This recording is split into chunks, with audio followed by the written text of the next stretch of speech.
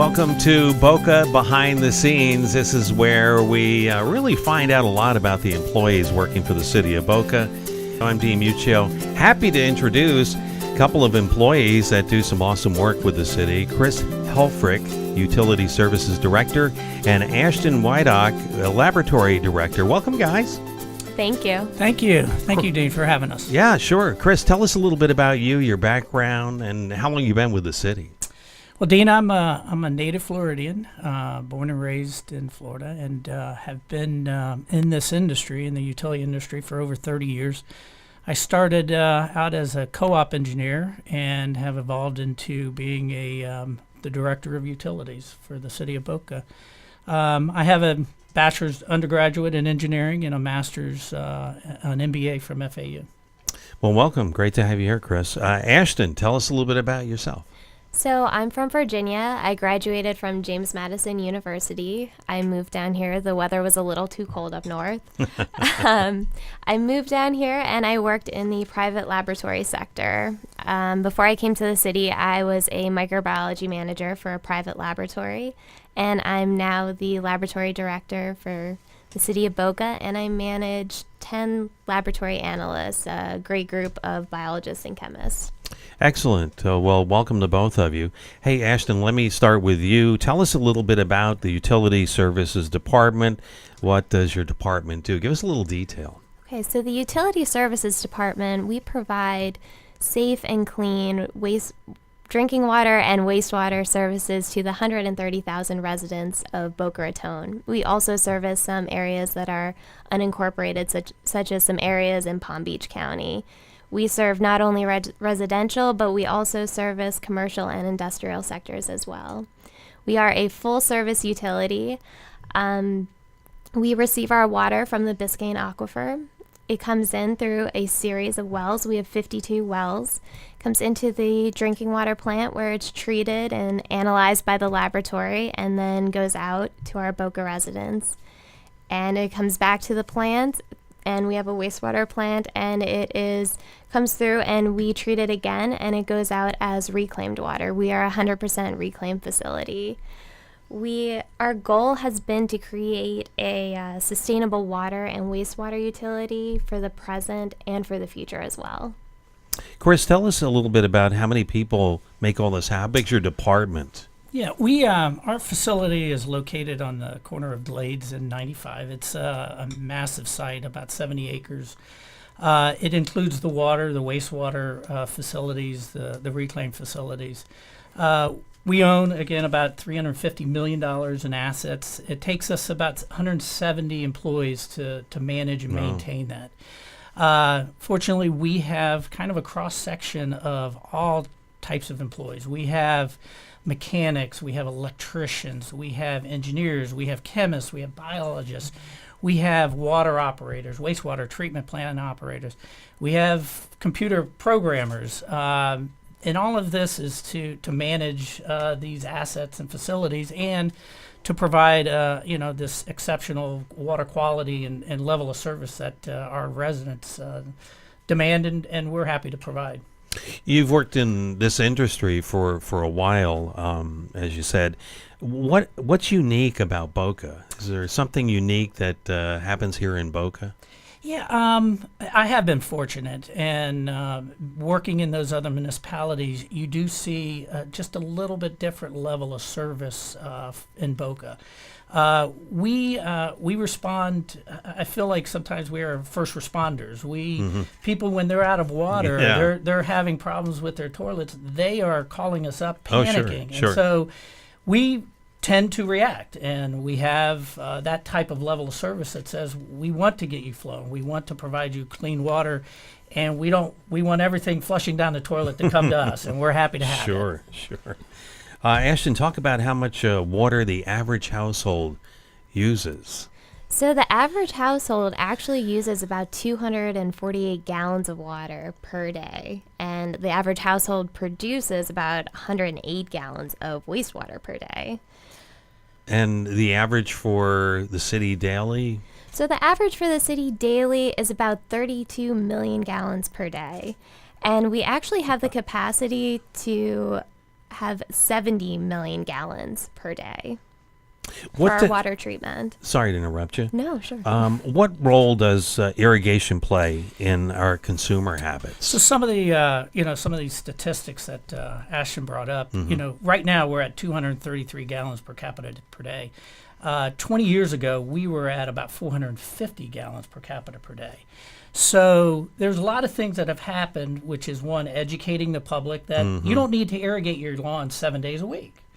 You can irrigate 3 days, and it's just as appropriate. You can put some irrigation fixtures on so that you get low flows. You can also look inside the house and look at low flow toilets. Use that, certain fixtures. So this 50% reduction has been what I would consider a significant drop in what the per capita use in Boca is. Most of our water, if you notice the difference between the water, what's going out, 32 million gallons, and what's coming back to us, that differential is irrigation water. So if we can reduce that amount, then really everybody, we're not taking any more showers than anybody in West Palm and Fort Lauderdale. It's the irrigation portion of it. And generally speaking, a lot of our residents use potable water for irrigation, but if you go out into the unincorporated area, they're pulling out of wells or they're pulling out of lakes. So in our case, they're using our potable water, which is cleaner, it's good, and it doesn't stain the driveways and so forth that you may see in some parts of other cities. So the beautification part of it is also an issue with irrigation of our potable water. But we think that our residents have done a phenomenal job in reducing their usage. Ashton, if you can, talk about consumer concerns. So some consumer concerns, as a laboratory director, I've been very fortunate. I've had the opportunity to interact with a lot of the residents of Boca and talk to them about their water quality. Occasionally, we will get a phone call from a resident about a water quality issue. An example I have is actually a couple weeks ago, I received a phone call, and the customer had black particles in their water. And the first thing that we do is we get their address, we go out, we take a sample from outside their house, we investigate the service lines to make sure that everything looks okay. We also check for a water filtration system. Sometimes residents have a filtration system that they don't even know about, actually, and sometimes residents don't maintain these filtration systems. And if you don't maintain a filtration system, you're not really seeing a water quality that is representative from our water plant. In this case, the resident did not have a filtration system. So we came back, tested the water, everything tested fine. All the analysis came back fine. So when I called the customer back, I spoke with him and told him the water quality on our side was fine. But then we go through a little bit of troubleshooting. So my job isn't just as an analyst, is to test the water. It's also to help residents problem solve. Right. So I asked him, is it just happening in your hot water? Is it one room in the house? Are your neighbors experiencing this issue? We're actually able to narrow it down, and it was actually a water filtration system, but it was under his kitchen sink. So we had narrowed it down to the kitchen, and the problem was coming from his filtration system there. Yeah, I think one of our strategies, and it's also kind of a business strategy, is also we're problem solvers. So when people call us up and say, "Gosh, I have an issue," we go one step further and also try to figure out what is the issue, because a lot of times they don't know. We've had people call up and they've said, "No, I don't have a filter under my sink." They've lived there for 20 years. We said, "Just look under the sink," and all of a sudden they say, "Oh my gosh, there's one there. I've had it there for 20 years." Right. I can tell you, if you had a filter under your sink for 20 years, it's not good water. Yeah. You need to manage those properly. You need to, and we're not advocating to use them or not to use them. It's really a personal preference on If you people's have part. one, you need to manage it checked, You need manage it yourself. You need to just like your refrigerator. I'm Sure. sure you have filters in there, Right. and you replace those periodically. So a lot of times people don't know they have them. So our whole department, including the laboratory and also the field people that go out, what's the problem, Mrs. Smith? What can I do? How can we figure out why your consumption is so high? Have you checked your irrigation lines? Have you checked your irrigation system? It could be running for 6, 7, 8 hours a night. If you're doing that 7 days a week, you're going to get a big bill, and you may even get a Christmas card from me on Thank you very much. I think another thing too, the residents of Boca, they have confidence in us. As in the laboratory, we run 43,000 tests a year, so that's a lot of Wow. testing. Yeah, awful lot of testing. And our job is to communicate with the water treatment operators and also the wastewater operators. If we notice any small issue in the results, we're going to communicate with them immediately. And this helps prevent a larger issue, a potential, big issue Sure. from stemming. And these are kind of the checks and balances that we have all within the whole utility department. One of the things Ashton and I, sometimes we get people talking about bottled water. And, Yeah. And, why Please should talk I, about that. should I have bottled water or shouldn't? So Ashton has a great example of being in a laboratory and doing some of the research on bottled water. And I think it was kind of interesting that she may bring that up. Because my wife has to have bottled water. Well, So let's. after this conversation, Okay. she is Yeah. gonna. She might not you're gonna want be- to. Yeah, All right. you will come home a hero. Mario, make sure we get a copy of this. All right. Go ahead, Ashton. So actually, in my last job, we actually tested some different types of bottled water, and some of the bacteria levels I saw in there, I would not want to be drinking that water. Really? Yes. Yeah. Wow. Actually, you wouldn't think that, but I mean, when you do think about it, bottled water it's stored in plastic, which contains industrialized chemicals. It sits on the shelf. Right. It's produced and sits in a warehouse. Sits Yeah. on the shelf in a grocery store. It's exposed to hot and cold temperatures, and it just doesn't, receive the amount of testing that's needed. And it's just, those chemicals that are in the plastic for the water bottles, they're potential carcinogens, and then that bacteria level, I would definitely not want to be drinking. Yeah, you kind of think about a timeline of water getting to your house, and if they produce Zephyr Hills water in Zephyr Hills, Florida, it's sitting on the shelf.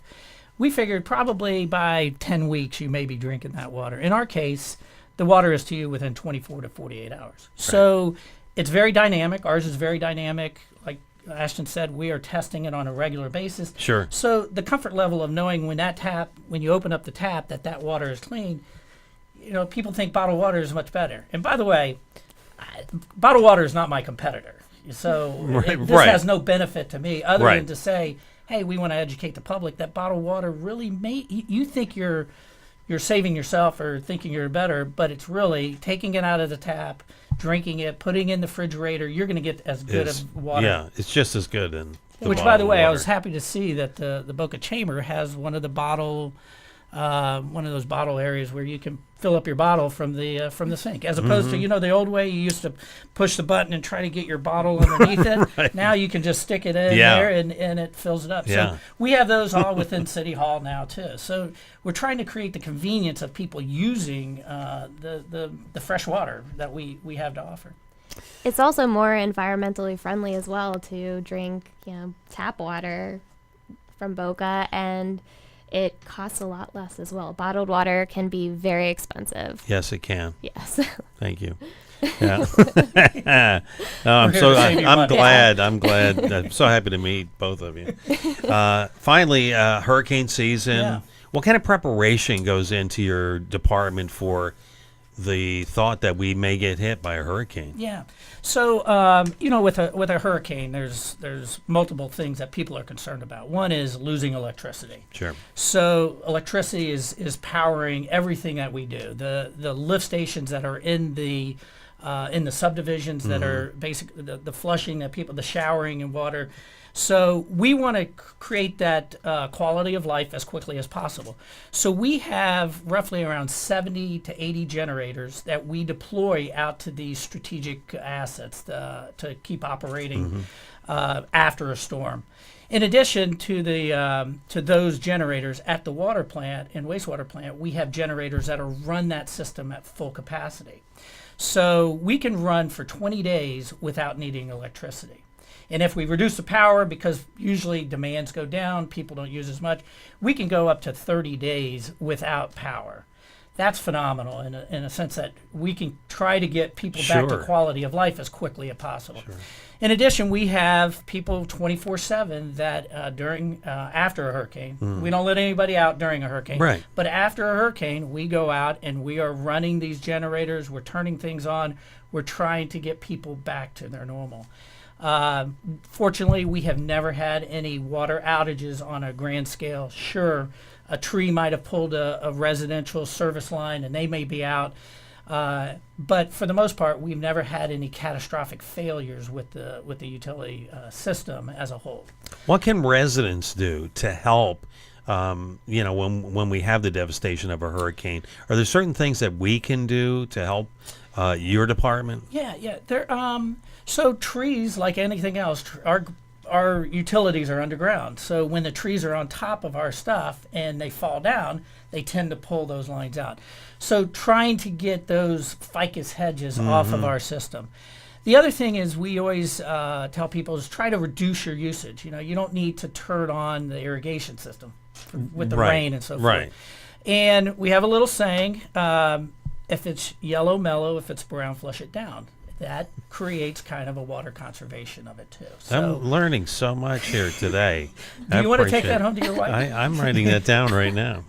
But those are, little slogans to remind sure. people to conserve water and try to use it, because there is all power outage. And I can tell you from a small survey that I did in I think it was Hurricane Wilma, I asked people, would you rather be without electricity or without water? And 100% of them said, I would rather be without electricity than water. Sure.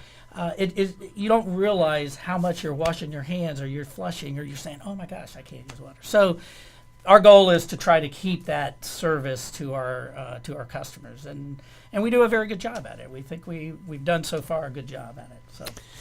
Well, it's nice meeting both of you. Yeah, thank you for having us. Thank Steve. you. Great, Thank you very much. great information. I mean, this is why I really enjoy meeting the different people in the different departments, because I'm learning so much, and I know our listeners are and viewers as well.